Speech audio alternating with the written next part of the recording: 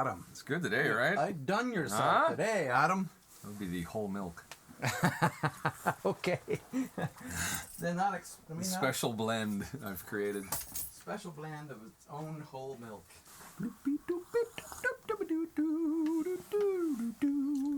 Cheers, Adam. And this is Leslie. just to say it once again because I said it earlier.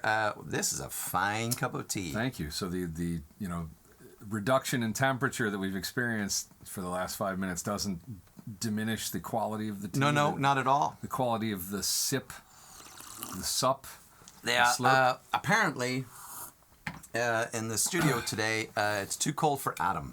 It's way too cold down here. And I'll show you. His toes are cold. We're up to 66.4 degrees Fahrenheit, which is 19 degrees Celsius. 19 degrees Celsius. Now we're at 66.6. But we also at our high humidity here I guess. for the old guitars. This makes it cold and damp. Yeah, no, the humidity down here is pretty good. I was in my I'll put a humidifier out here in the winter. I was in my friend's home on Monday for a bit of a meeting, and I love going there because he has an excellent collection of guitars. Yeah? As you know, as a guitar player, you can't have too many. More is more. More is more. There's no such thing as too many, and they all do different things. But he has a plethora of Gibsons around the wall, Gibson acoustics and a Les Paul up there, and there's just a bunch. There must be 7 or 8 guitars, and he does have a humidor on the wall to let him know what the humidity and the temperature's like. Yeah, that's why I have. And the humidity. That's why I have this guy. The humidity by the system on his wall was 27%. That's not a lot. Which That's frightens me. Way low. Which frightens me a lot. All of his Gibsons are shrinking and cracking and drying out. I worked in a guitar shop, and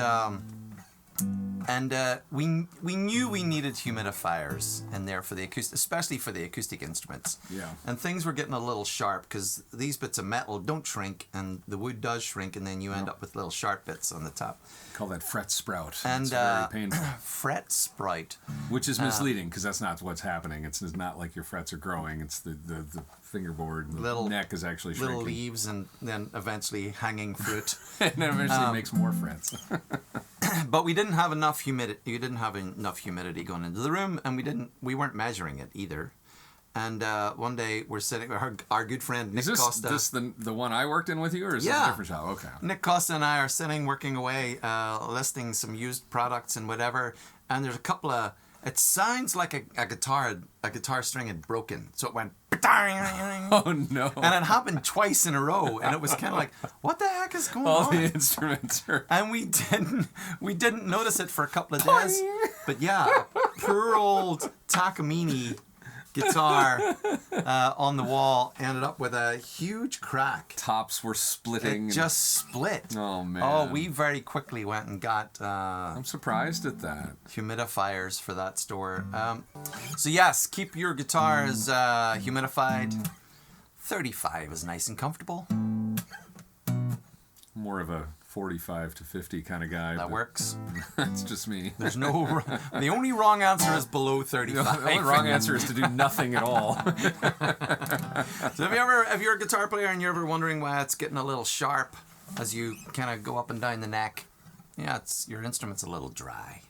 Go ahead. The cheap and easy way to do it is to put a little.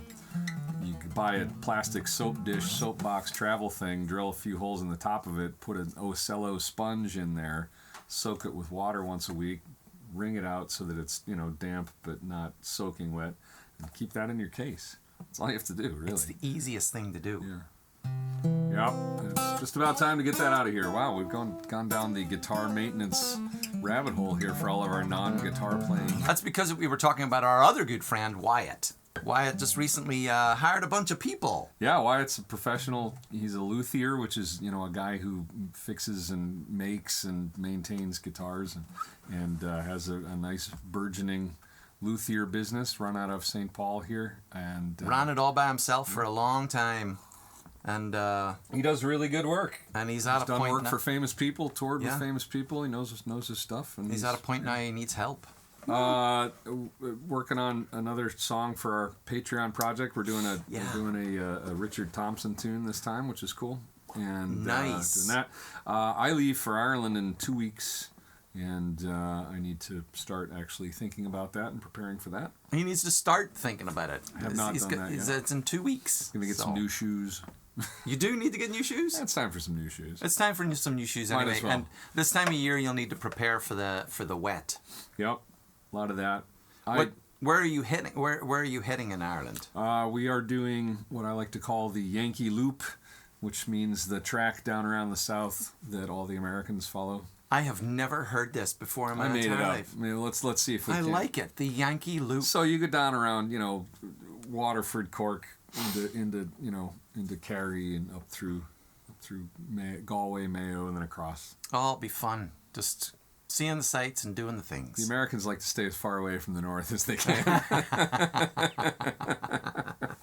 We had a tiny little fall festival thing. There were llamas, and it was super cold. We played on Saturday afternoon last week. There were all sorts of weird. There were chickens running around. We had llamas out by the bakery one time for like a... In St. Louis Park? Honest. Oh. Not wild. They were brought there on purpose for people, like a petting zoo. They were coming in for the day. Let's go get a donut and a coffee. Well, llamas love donuts and coffee. It's well known. It is well known. Their appetite fact. for them, just insatiable. And they didn't traditionally have donuts, but as soon as the Himalayas were Americanized... As soon as America got there, the first Dunkin' Donuts went down in the top of the Andes mountain range. Llamas just mad for the donuts. This year, we lost many, many, many good musician friends and people that we love to listen to. But one of them was Robbie Robertson. Yeah. And my relationship with Robbie Robertson, although obviously not personal, not in any way, was that my good friend John and I used to sometimes, when we were younger, get ourselves into trouble. This happens. And we would have parties, sometimes at his place, sometimes at my place. Sorry, Mom. My mom knows. I'm 52 now. You can't still be making me feel guilty for it. But one of the cassettes that John had was Robbie Robertson's solo album. Okay. The Lazy River. And we used to listen to that. All right. And I loved it. Now, I still have it. I still have it on cassette. But listening to it in recent times, it didn't hold the same weight. Sure. As before. And then Robbie was part of a band called The Band. Where he sang a song called The Wait, I believe. Exactly. So, transition there. The band were... Not the same weight. The band were fun after touring and being in different bands and doing different things. They all sort of found themselves living in Woodstock. And people in the area just knew them as The Band. Mm-hmm. They didn't have a name.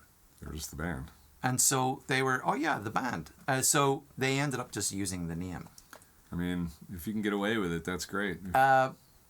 So one of the things that I was aware of and didn't pay any attention to until I moved to the United States was a concert movie, which is, I love concert movies anyway. That one's a classic.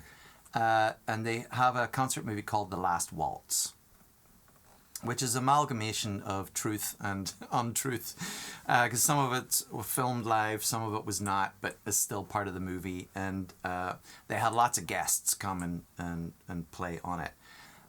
Robbie was suggested to us. A specific song wasn't really suggested to us, but this is one of the ones from The Last Waltz.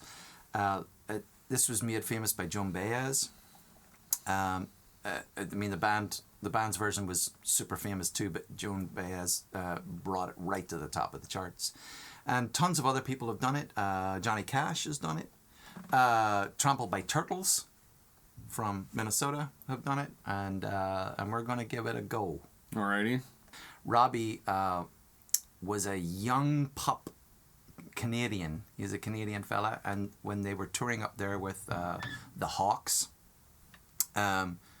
they needed another guitar player, and this kid had been hanging around the Hawks shows for ages and ages and ages, and basically got up and was a whiz on guitar. There you go. Robbie and his guitar playing, man. That's awesome. He is on the cover of the latest issue of Vintage Guitar over there. Ah! Which, coincidentally enough, is at the top of my pile. Oh, there you are. See, so you can learn a bit about him. This Now is back. I'll have to read and learn about him. Yeah. This is back when he was pretty Less vintage. He had on the Last Waltz. One of the cool things about the Last Waltz is that he had a Stratocaster, same kind of guitar as this, but he had, like, literally the day before, got it painted, and to me it always looked copper. But it's flake. I don't know what it is, but he had it repainted sort of a coppery color. Cool. And so it always reminds me of this. This guitar always reminds me of it. There you go. And there it is.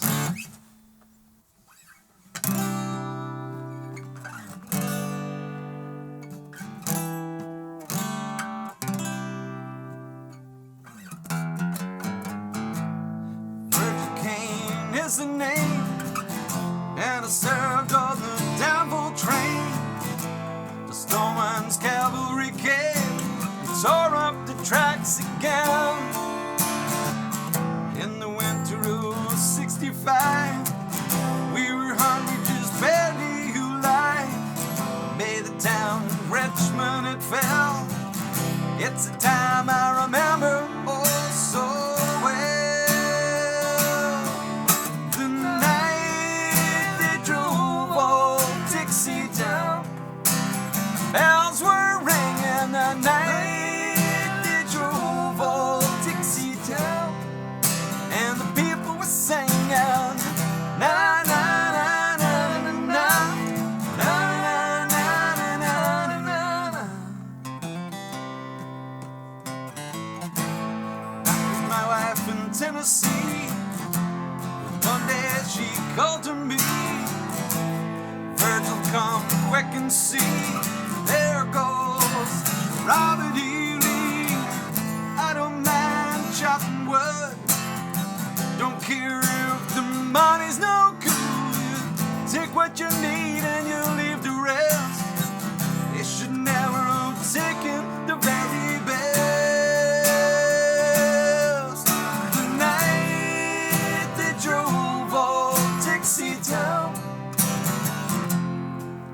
the night they drove old Dixie down, and the people were singing, na na na na na na na na na na na na.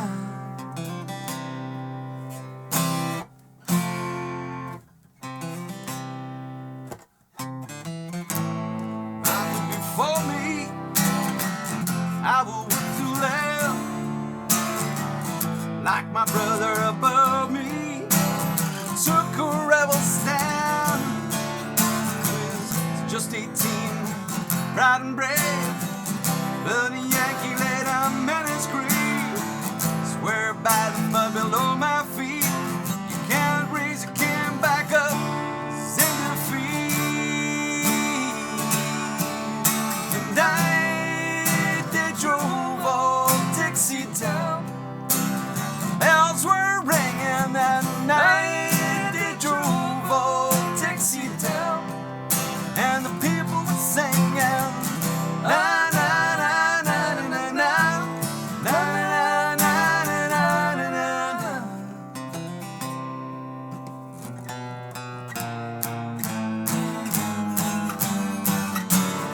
Hey, they drove old Dixie down, and the bells were ringing the night they drove old Dixie down, and the people were singing, na na na na na na na na na na na na.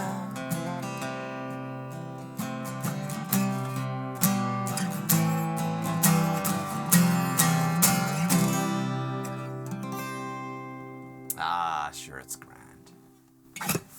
Thank you so much for everybody for hanging out with us. Please tell your friends. Please subscribe, thumbs up, ring the bell. Subscribe, thumbs up, ring the bell. Because I did it too quick last week. Oh, okay. And it was I wasn't keeping Ronnie couldn't get the graphics up there that quick, or Ronnie couldn't speed it up enough. Thanks to Ronnie for fixing all of our messes last week. We didn't always remember. We don't always remember the details, but especially me. So thanks, Ronnie. We don't do it on purpose. That's why we have Ronnie. So thanks anyway for hanging out with us. Please tell all your friends. Please come back and watch us again, and comment, give us song suggestions. Love them. All that good stuff. We hope you're enjoying a nice cuppa while you watch these rolling conversations. That's kind of the point. Relax, pour yourself a cup of tea or whatever, and we hope to see you again next time. We look forward to interacting with you in the comments and all that good stuff, and thank you very much for the support. Cheers. Bye.